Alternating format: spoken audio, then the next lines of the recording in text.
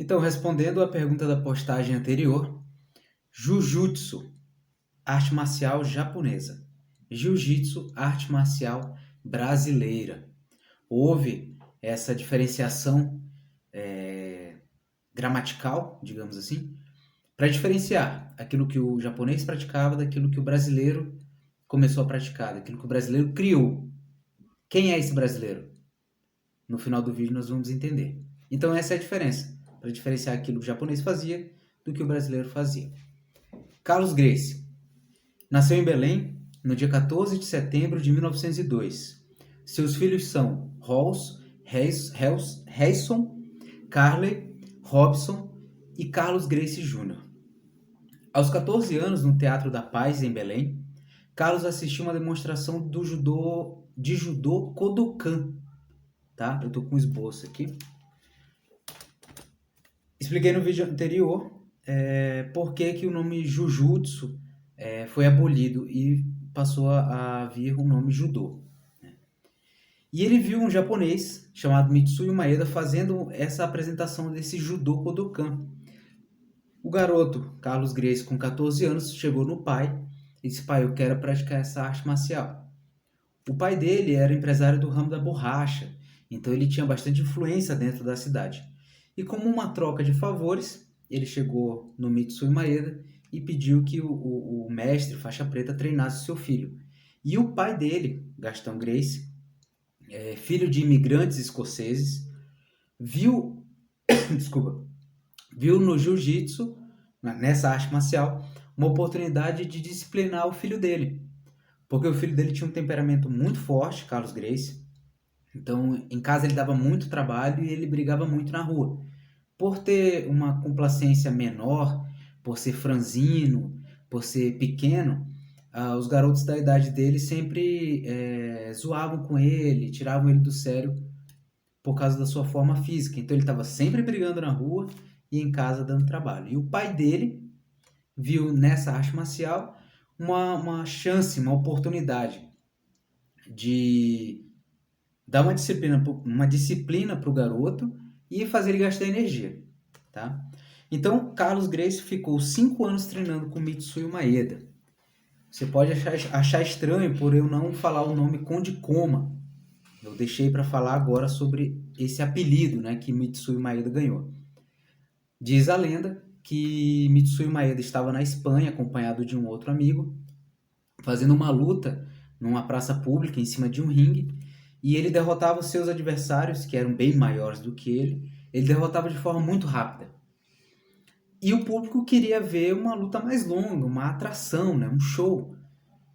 E começou uma luta lá e Mitsuyo Maeda foi com muito ímpeto em cima do cara e começou a bater demais no cara. A luta já estava terminando. O amigo dele, que estava do lado de fora, começou a gritar: Konde Komasu, Konde Komasu, que em japonês quer dizer vai com calma, vai mais devagar.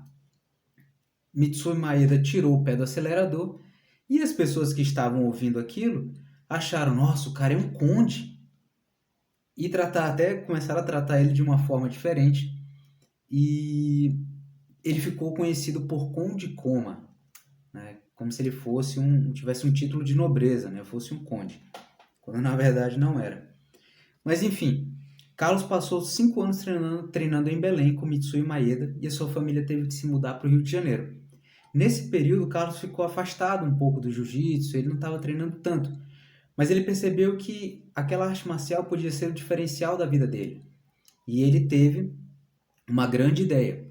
Ele decidiu montar a primeira academia de jiu-jitsu do Brasil.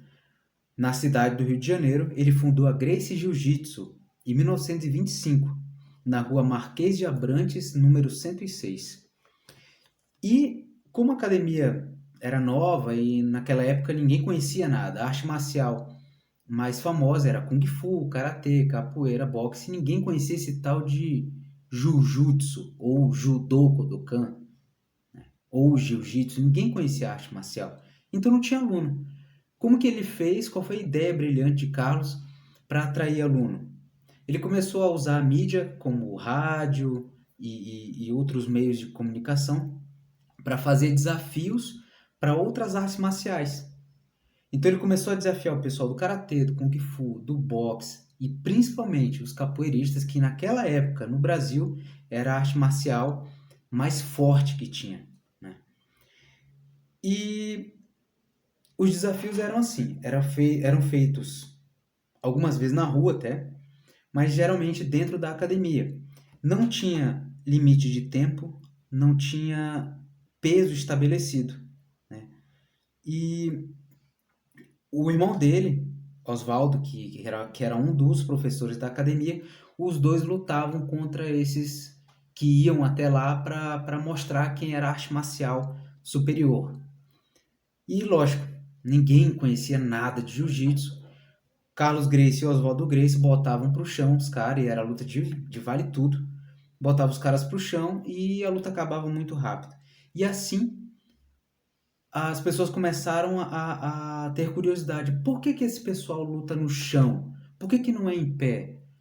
Nossa, mas os capoeiristas estão perdendo para esses franzinos, capoeiristas, homens, né, negros, altos, com 100 quilos, perdendo para uns branquelos magrinhos de 52, 53, 53 quilos. Bom, vou me matricular nessa escola para ver que arte marcial é essa. E assim a Escola Gracie foi ganhando cada vez mais alunos. E aí que surgiu o Vale Tudo. Todo mundo atribui o Vale Tudo ao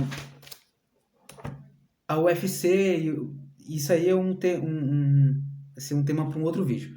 Mas na verdade o Vale Tudo começou com Carlos Gracie, não foi com Carson, não foi com Hélio, não. Carlos Gracie, que foi com Carlos Gracie que começou o Vale Tudo. Tá bom. Carlos ele não fez tantas lutas assim, mas ele fez algumas que ficaram muito famosas, né? As duas últimas em 1931 contra Rufino, lutas de Vale Tudo, tá? E contra um capoeirista chamado Samuel. Essa história é engraçada, porque no meio da luta, Samuel, não se sabe o sobrenome dele, Samuel viu que estava tomando um atraso de Carlos, e ele, no meio da luta, num ato de desespero, segurou os testículos de Carlos Gracie.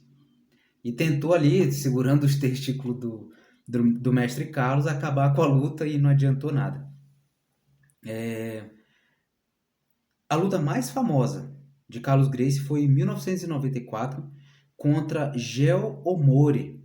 Esse Geo Omori era um japonês que ele se dizia o representante do legítimo jiu-jitsu japonês. E Carlos Gracie, ele era especialista em armlock, chaves de braço, onde com o quadril eu exerço uma pressão no cotovelo para cima e puxo o punho para baixo. Então, o meu cotovelo vai para cima, exerce uma pressão no braço. E Carlos Gracie era especialista em armlock, em chave de braço. Tanto é que dizem, né, todo mundo fala, que durante as lutas Carlos dizia assim, ó, eu vou pegar o teu braço, eu vou te finalizar no braço, defende aí. E a pessoa se defendia e Carlos Gracie ia lá e conseguia finalizar, porque ele era especialista nisso. E nessa luta contra o Geo Mori, aconteceu exatamente a mesma coisa. Carlos botou para baixo, montou no japonês e deu um armlock. Nisso, com o braço esticado, ele olhou para o juiz e disse assim, ó, vai quebrar. O juiz mandou continuar a luta, Carlos foi lá e pum, quebrou o braço do Geo Mori. Ele quebrou o braço, se levantou, virou as costas. O japonês com o braço quebrado foi atrás de Carlos Gracie e deu uma queda no Carlos Gracie. Carlos bateu com a cabeça no chão, quase caiu nocauteado. Enfim, a luta só teria um ganhador, né? Se houvesse desistência, se a pessoa batesse, né? Se fosse finalizada e batesse, ou desmaiasse, né? Com uma chave de pescoço. Como o japonês teve o braço quebrado, mas não bateu, a luta foi declarada empate. Essa foi a luta mais famosa dele. Carlos Gracie não deixou somente um legado de academia, de luta, ele também deixou um legado na alimentação. Carlos Gracie, ele foi pioneiro numa dieta, chamada hoje de Dieta Gracie, onde se consiste em combinações de alimentos, onde não dá fermentação no estômago. E dizem que após, né, segundo a dieta Gracie, você pode almoçar agora, daqui a 15 minutos fazer um treino de jiu-jitsu, porque são comidas extremamente leves que combinadas não sobrecarregam o organismo. Então Carlos Gracie também foi o criador da dieta Gracie. Esse é um tema para um outro vídeo. Tá, já estamos terminando. Carlos Gracie também teve o seu aluno mais famoso, seu próprio irmão, Hélio Gracie. Hélio ajudava na academia, na Marquês de Abrantes, né, em 1925. Hélio Gracie só ajudava na academia, ele não podia treinar porque ele era mais magro do que o Carlos. Por ele ter uma complacência física muito frágil, ele era proibido de treinar. Então, durante muito tempo, Hélio Gracie só assistia o irmão dele dar aulas, né? E numa determinada época, Hélio Gracie tinha 16 anos e Carlos Gracie ia dar uma aula para o diretor do Banco do Brasil chamado Mário Brandt. E Carlos se atrasou para dar essa aula. Hélio Gracie estava ali no tatame, varrendo, ajudando ali na recepção. Hélio disse assim: eu posso te ensinar. Eu sou um papagaio do meu irmão. O próprio Hélio Gracie em vida falava dessa forma. E ele deu uma aula para o diretor do Banco do Brasil. Carlos Gracie chegou logo em seguida, pediu desculpas pelo atraso e Mário Brandt falou assim: não tem problema, não se preocupe, mas eu queria a partir de agora ter aulas com o teu irmão. E daí foi onde Hélio Gracie virou instrutor de Jujutsu ou o Jiu-Jitsu. E no próximo vídeo falarei sobre Hélio Gracie, o criador do Jiu-Jitsu brasileiro, o primeiro grande herói nacional, aquele que tirou toda a força física bruta do Jiu-Jitsu japonês e criou alavancas onde o mais fraco pode finalizar e se defender do mais forte. O Jiu-Jitsu brasileiro, o Jiu-Jitsu que eu pratico, que você pratica ou se não pratica, deveria praticar, foi criado por Hélio Gracie. Falarei sobre ele no próximo vídeo. Deus abençoe.